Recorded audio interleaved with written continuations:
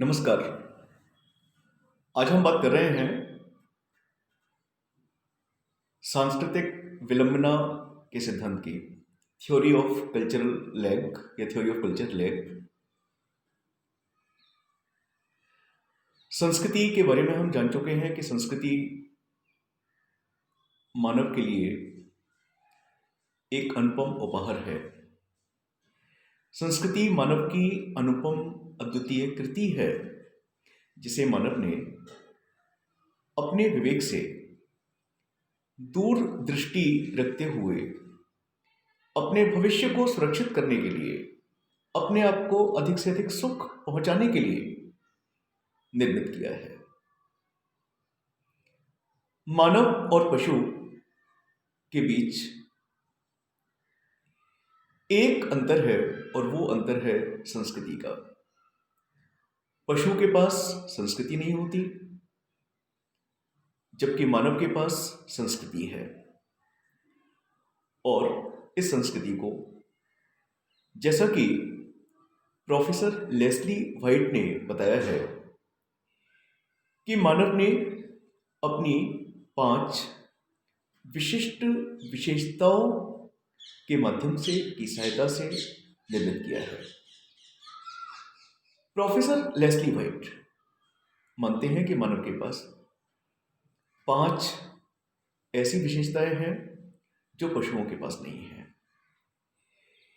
आपके अनुसार मानव के पास पहली विशेषता है सीधे खड़े होने की क्षमता। दूसरी विशेषता है स्वतंत्रता पूर्वक घुमाए जा सकने वाले हाथ। तीसरी विशेषता है तीक्ष्ण और केंद्रित दृष्टि। चौथी विशेषता है मेधावी मस्तिष्क। और 5वीं विशेषता है प्रतीकों के प्रयोग की क्षमता, अर्थात भाषा के प्रयोग की क्षमता। संस्कृति को अनेकों समाजशास्त्रियों ने, अनेकों मानवशास्त्रियों ने अपने अपने तरीके से परिभाषित किया है। संस्कृति की कुछ प्रमुख विशेषताओं के अंतर्गत हम मजूमदार और मदान के द्वारा दी गई संस्कृति की परिभाषा को शामिल कर सकते हैं कि संस्कृति लोगों के जीने का ढंग है। हर्स्कोविट्स संस्कृति को पर्यावरण का मानव निर्मित भाग मानते हैं।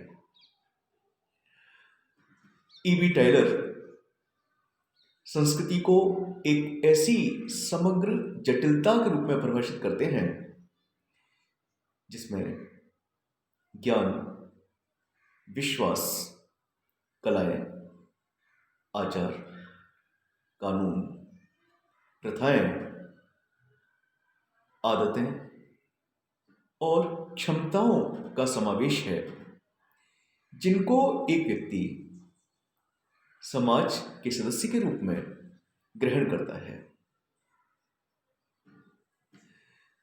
संस्कृति के 4 उपादान हैं: संस्कृति तत्व, संस्कृति संकुल, संस्कृति क्षेत्र और संस्कृति प्रतिमान। संस्कृति तत्व संस्कृति की सबसे छोटी अविभाज्य इकाई है, अर्थात संस्कृति की वह लघुत्तम इकाई, सबसे छोटी इकाई जिसका आगे विभाजन करना संभव नहीं है, संस्कृति तत्व कहलाती है। जब 2 अथवा 2 से अधिक संस्कृति तत्व आपस में जुड़ जाते हैं तो वे संस्कृति संकुल का निर्माण करते हैं। संस्कृति क्षेत्र का तात्पर्य उस विशिष्ट भौगोलिक क्षेत्र से है जहां एक संस्कृति जन्म लेती है अथवा जहां संस्कृति विकास की ओर उन्मुख होती है, विकसित होती है। संस्कृति प्रतिमान का तात्पर्य उन आदर्शों से है जो एक संस्कृति में पाए जाते हैं या जो एक संस्कृति में निहित होते हैं। संस्कृति मानव निर्मित है। संस्कृति पीढ़ी दर पीढ़ी हस्तांतरित होती है। प्रत्येक समूह की एक अलग संस्कृति होती है। संस्कृति समूह के लिए आदर्श होती है। संस्कृति का सकारात्मक अर्थ होता है। संस्कृति में सामाजिकता पाई जाती है, सामुदायिकता पाई जाती है। संस्कृति समाज के लोगों को आदर्शों से जोड़ती है, सुंदरता से जोड़ती है, अच्छाइयों से जोड़ती है और इस प्रकार व्यक्ति के सर्वांगीण विकास में महत्वपूर्ण योगदान देती है। जैसा ऑकबर्न का विचार है, संस्कृति दो प्रकार की होती है, भौतिक संस्कृति और अभौतिक संस्कृति। भौतिक संस्कृति का तात्पर्य मानव द्वारा निर्मित उन सभी वस्तुओं से है जिनका एक निश्चित भौतिक स्वरूप होता है और जिसके आधार पर उन वस्तुओं की पहचान होती है।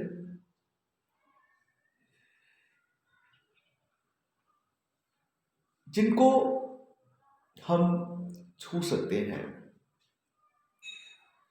जिनका वजन करना, जिनकी माप करना, जिनको छूना, जिनको उठाना, जिनको देखना हमारे लिए संभव होता है, ऐसी सभी चीजें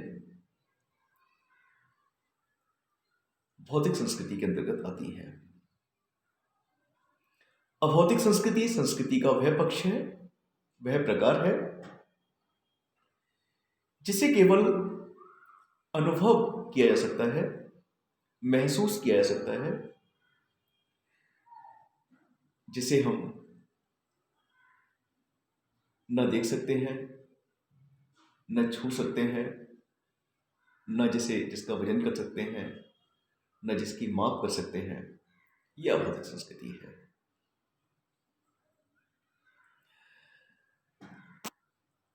ऑकबर्न का सांस्कृतिक विलंबना का सिद्धांत बहुत महत्वपूर्ण है और ऑकबर्न ने संस्कृति को एक ऐसे व्यक्ति के रूप में प्रोजेक्ट करने का प्रयास किया है जिसका एक पैर लंबाई में छोटा होता है और दूसरा पैर बड़ा होता है। ऑकबर्न ने भौतिक और अभौतिक जो संस्कृति के दो प्रकार हैं, इनको संस्कृति के दो पैर कहा है। आपका विश्वास है कि जब संस्कृति पैदा होती है, जब संस्कृति जन्म लेती है, तो जन्म के समय संस्कृति के दोनों पैर बराबर होते हैं, दोनों पैरों की लंबाई समान होती है। अर्थात भौतिक संस्कृति और अभौतिक संस्कृति दोनों एक ही अवस्था में होती हैं, एक जैसी होती हैं। लेकिन जैसे जैसे संस्कृति का विकास होता है, तो संस्कृति की एक टांग जो भौतिक है, उसकी लंबाई तेज गति से बढ़ती चली जाती है और संस्कृति की दूसरी टांग, जिसका नाम अभौतिक संस्कृति है, अभौतिक है, उस टांग की लंबाई कम रह जाती है। इसका यह आशय है कि भौतिक संस्कृति का विकास बहुत तीव्र गति से होता है, जबकि अभौतिक संस्कृति का विकास बहुत धीमी गति से होता है। भौतिक संस्कृति के लिए हम उदाहरण के लिए पहिया को ले सकते हैं, व्हील जिसे कहते हैं। पहिया भौतिक संस्कृति है। पहिए का आविष्कार हुआ, उसके बाद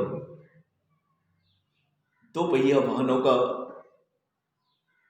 आविष्कार हुआ, साइकिल, स्कूटर, बाइक, स्कूटी,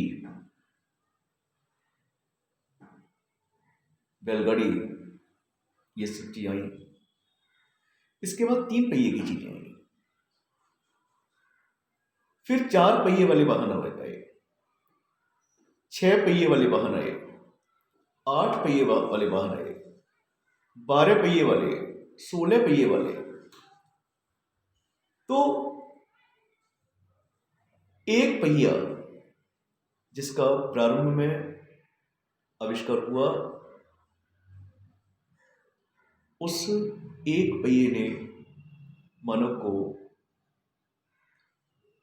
ऊंचाइयां प्राप्त करने के लिए, आगे बढ़ने के लिए दो पहियों का प्रयोग करना सिखाया, तीन पहियों का प्रयोग करना सिखाया, चार पहियों का, छह पहियों का, 8 पहियों का, 10 पहियों का, 12 पहियों का, 16 पहियों का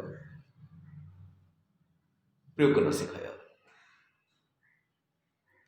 तो ये उदाहरण इस चीज का है कि भौतिक संस्कृति बहुत तेज गति से आगे बढ़ती है। अब हम बात करेंगे अभौतिक संस्कृति के बारे में। अभौतिक संस्कृति को स्पष्ट करने के लिए टायलर की परिभाषा में जो 8 शब्द हैं उन पर हम चर्चा करेंगे। टायलर ने संस्कृति की परिभाषा में 8 शब्दों का प्रयोग किया है जो अभौतिक संस्कृति को दर्शाते हैं। ये 8 शब्द हैं: ज्ञान, विश्वास, कलाएं, आचार, कानून, प्रथाएं, आदतें और क्षमताएं। ये सब चीज भी परिवर्तनशील हैं, इन सब चीजों का भी विकास होता है, परंतु इनका विकास उतनी तीव्र गति से नहीं होता, उतनी तेजी के साथ नहीं होता जिस तेजी से या जिस तेजी के साथ भौतिक संस्कृति का विकास होता है। और इसके आधार पर ही, इस मान्यता के आधार पर ही ऑगबर्न कहते हैं कि संस्कृति में लंगड़ापन पाया जाता है। संस्कृति का एक पैर छोटा रह जाता है और दूसरा पैर बहुत तेज गति से अधिक लंबाई को प्राप्त करता रहता है। तो ये मैंने बहुत ही सरल शब्दों में ऑगबर्न के सांस्कृतिक विलंबना के सिद्धांत को समझाने का प्रयास किया है। उम्मीद है कि ये समझ में आया होगा। धन्यवाद।